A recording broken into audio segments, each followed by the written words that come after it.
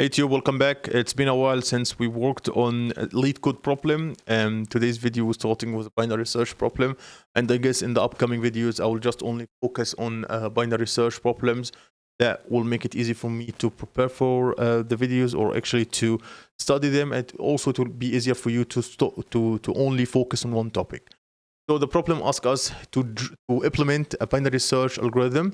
We are given a sorted array of integers called nums in ascending order and a target integer. Our goal is to find the index of the target within nums. If the target is present, we return its index. Otherwise, we return -1.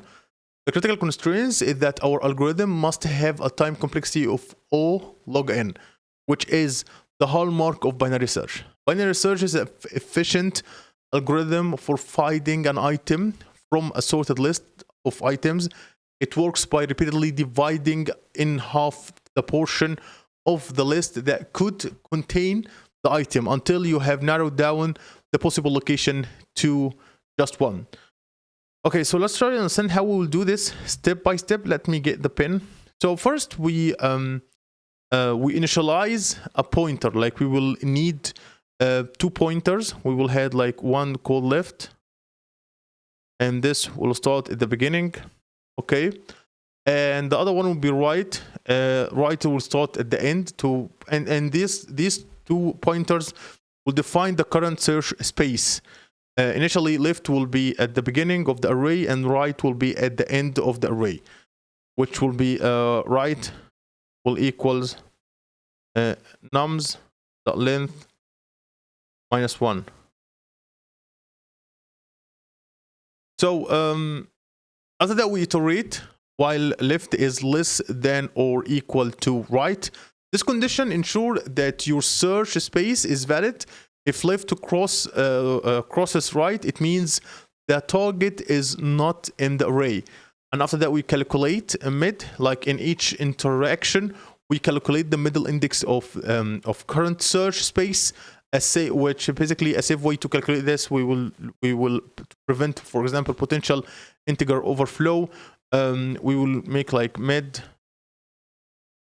will equals left plus math.floor right minus left divided by 2. And after that, we will compare if nums with we will compare nums of mid. If nums of mid is less than target, the target must be in the right half of the current search space. If nums is greater than target, the target must be in the left half of the current search space. If the mid equals target, we will just return it. Okay, how does this will look on code?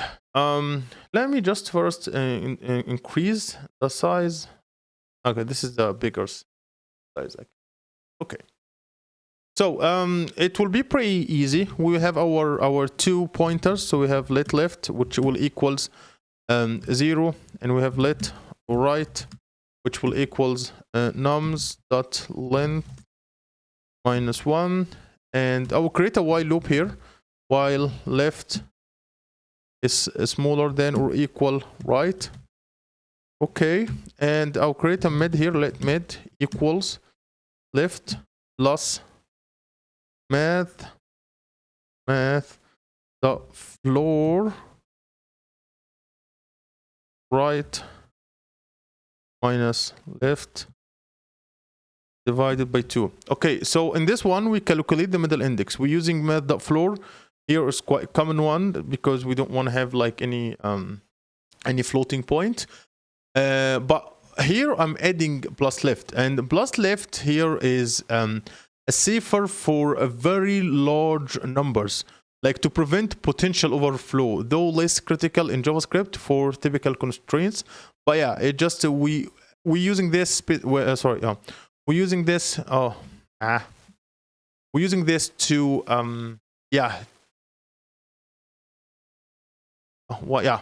prevent the potential overflow. Sorry, I forgot what I'm going to say. So again,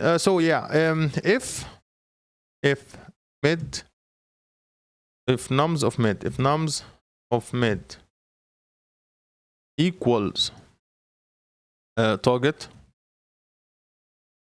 we return mid. Let me just,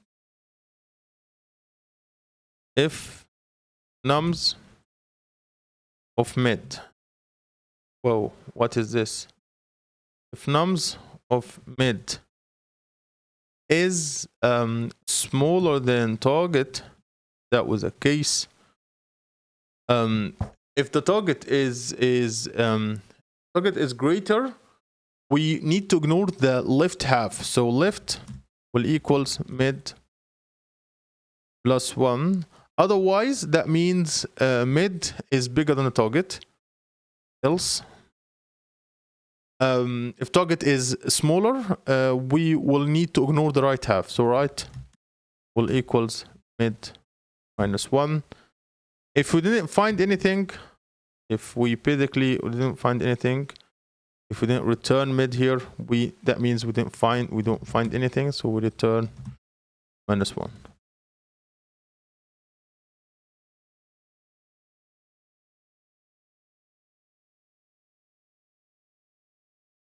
Let me submit. Run first. It works. Let me submit. Okay, it did work perfectly fine here. Okay, so I guess what some of you, including me, will understand. We will not understand why this. Especially why this. So first, okay, if we wanna look about this one, this line of code is used to calculate the middle index within a given range defined by left and right. This is a crucial step in the algorithm, like binary search, that we're working on. The right minus left, this calculates the length of the current search sub-array, or the span of indices between left and right. For example, if left is 0 and right is 5, left minus right minus left would be I guess, if 0 and 5, I guess it will be 5 as well. If we divide it on 2, we will have 2.5. If we just floor it, it will be like 2 or 3 or something like that. So yeah, we're using the plus left here. I guess this part is not that hard to understand. Maybe this part is quite confusing. We're using plus left. Finally, this adds the left pointer's value to the half distance we just calculated. This is the key to finding the actual middle index relative to the start of the current search space, which is left. If you just used, for example, if we just use this, if we just use that, you will get an offset, not an absolute index. By adding left, you shift that offset to the correct starting point. Like for example, if left equals let's say if left equals 0 and half distance equals 2, half equals 2. Okay, so plus 0 plus 2 will result in 2. So the mid index would be quite 2. So yeah, I hope this is quite understandable.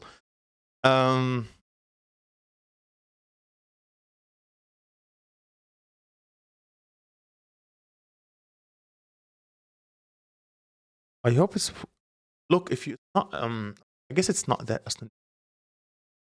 So again, left is where you start measuring, okay? Right is where you end the measure, okay? So if you want to think it like that. So if we have initially, I guess it will be easier for us to just left and right. Let's say take an example. So left will be 0, right it will be 5. So we want to find the middle index of the entire array. So if we just did math.floor, for example, in this one, we will have for example, what we will have? We will have left, right minus left, 5 minus 0 will be 5. This is the length of the span indices from left and right, I guess. And divided by 2, it will be 2.5. If we floor it, I guess it will be 2. So this will cause 2. If we add left to it, 0 will be 2 as well. Now, if mid was just 2, that would give us nums of 2, which is 3, and this happens to to be like the correct middle for a specific, but let's consider different scenarios.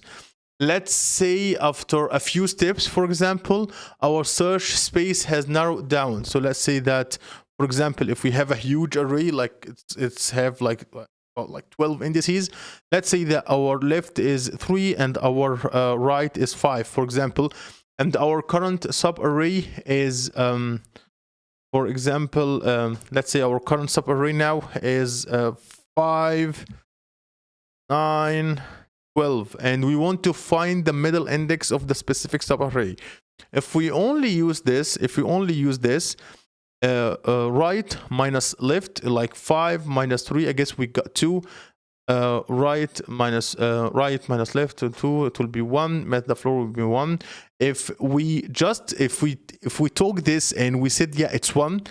If we have a huge array, let's say this is a subarray, we got the position in the subarray, but we don't get the index on the full array because this is a subarray. If we have a bigger array, like let's put the bigger array. So if we continue looping and left is 3 and we until 5, so we have this subarray. Is basically if we have like 1 will point to 0. It will not point to 2. It will not point to 9. So because of that, we're using left to not have these type of problems. So yeah, that's it for this video, guys, and see you in the future. And I hope my solution and my description was quite good.